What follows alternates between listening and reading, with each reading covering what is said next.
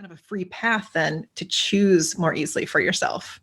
Yeah. So let's get into some tips because I love like actionable tips, especially around mindset and energy and belief work, because it can seem so abstract, but there actually are so many tips that people can take and really see this instantaneous result. So, can you talk about some of your top tips for breaking free of the past, right? The past is often what creates these beliefs and patterns. So, what are some of your tips for breaking free?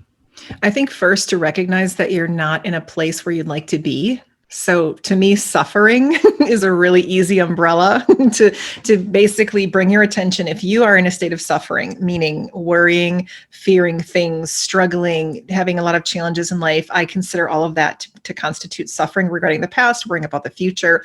If you find yourself in that place, you're typically working through something that doesn't belong to you or a limiting belief that you subscribe to. So first and foremost, it's the awareness that this is going on and the knowing now, the wisdom that it doesn't have to.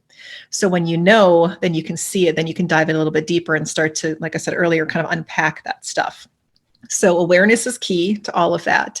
And when you make the choice, even intention is such a powerful assistant for us. So if we know we're in suffering, we don't want to be there anymore.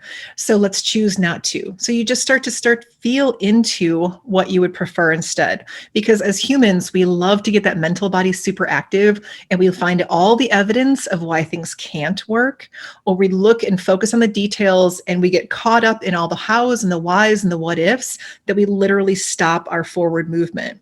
So I encourage people to kind of stunt that over excessive thinking and mental body and just to feel into what really feels right and true to them. Because when we tune into our authentic source, our core, we have ease, we have abundance, we have everything we need already within us. The only thing that keeps us from those things is the belief that something is in our way of it.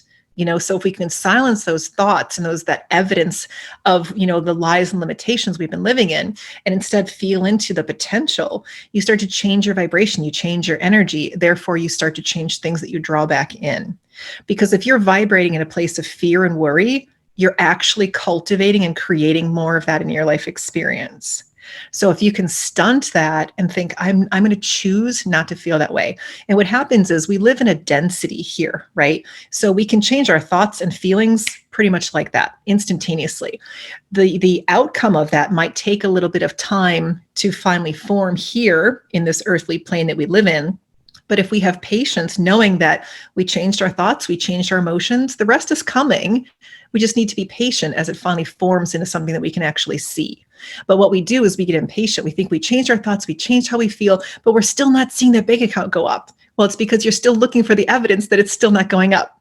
But if you come into that feeling of, nope, I'm abundant, I know I'm abundant, I feel I'm abundant, then eventually that will happen, and more rapidly than what you'd think if you stop getting in the way of it.